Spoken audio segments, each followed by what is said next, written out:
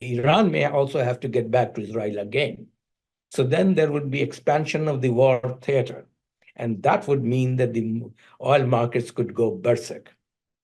So for the time being, it seems, after the Iranian measured response to the April 1 attack of Israel on the Iranian consulate in Damascus, the prices have not gone up. The markets are consolidating. They are easy. They have given up some of the price gains of Friday.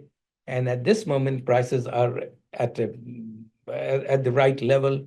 But in case Israel goes up, then it will be a different scenario. And that one cannot predict at this stage.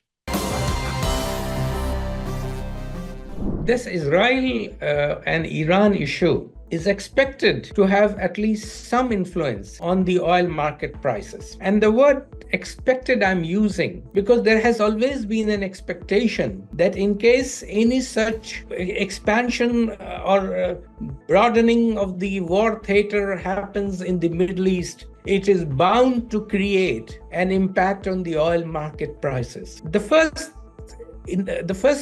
indication of an oil scenario, an oil market sitting up, came last Friday when there was a large-scale speculation based on intelligence reports and media reports saying that Iran is about to, or a strike against an Iranian strike on Israel is imminent. CNN reported it that on Friday morning that within 24 to 48 hours, something could be expected from Iran. And so there was an indication already on Friday morning that something is about to happen in 24 to 48 hours. And as a result of those speculations, market prices went up. For the first time, Brent went beyond $90 with this sort of information going around. And that did happen on Saturday. These strikes took place on Saturday. Now, Saturday and Sundays were closed days. The markets were closed. So the immediate reaction of the markets to these strikes were not very evident on Saturdays and Sundays. Do remember one thing, that there were already reports that such a strike is going to take place. Iran later on told that they had informed their neighbors, and especially they mentioned of Arab neighbors, of the strike taking place a few hours before they started to launch those missiles on Israel.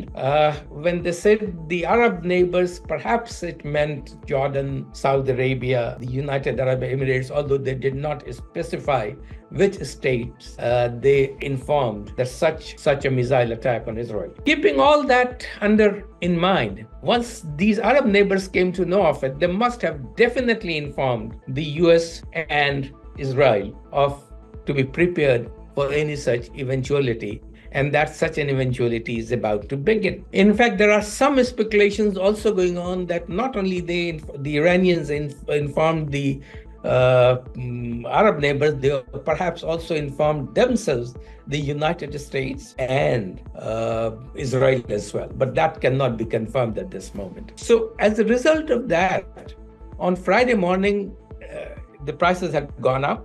On Saturday, they informed at least some of these players in the vicinity in that region. And in war, what is the most important thing? The most important thing is the element of surprise. So that element of surprise was definitely missing in this missile launch. Then it takes us to the next question. What were the strategic objectives of this missile attacks? To me, it seems that the objective was perhaps not to hit Israel in a big way. There was not many casualties. There were not many fatalities in that sense, not many damages, although there are some reports that the F-35 base on the south of Israel was perhaps damaged.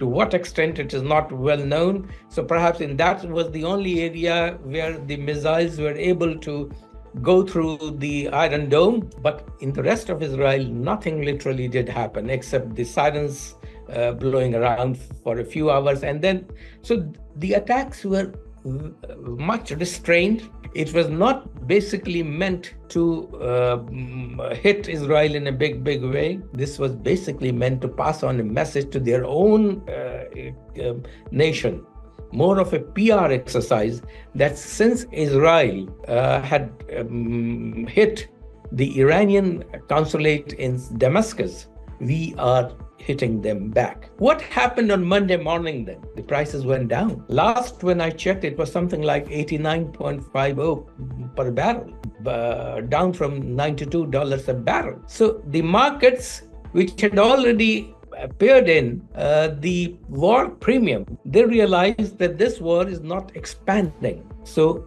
the markets gave up some of the premium that had already been added to the oil market prices. This is the scenario right now. But a lot would depend upon how Israel responds to it. Would Israel go back and say, we have to take a tit for tat, we have to give a tit for tat answer to this attack? There are already indications that US is restraining Israel not to do anything, otherwise it might result in a regular tit for tat sort of scenario. And especially knowing that Iran acted in a very restrained and in a very measured way. Now, in case Israel doesn't react, markets are going to remain the same, oil markets, and the prices would not go up much. Perhaps it might go down a bit. Now, until and unless, and if really Israel goes out, then it would be a different scenario. Then that would mean that Iran may also have to get back to Israel again. So then there would be expansion of the war theater, and that would mean that the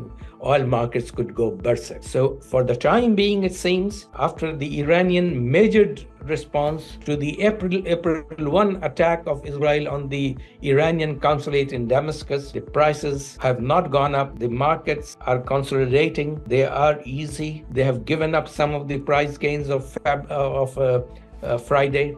And at this moment, prices are at the right level. But in case Israel goes up, then it will be a different scenario. And that one cannot predict at this stage.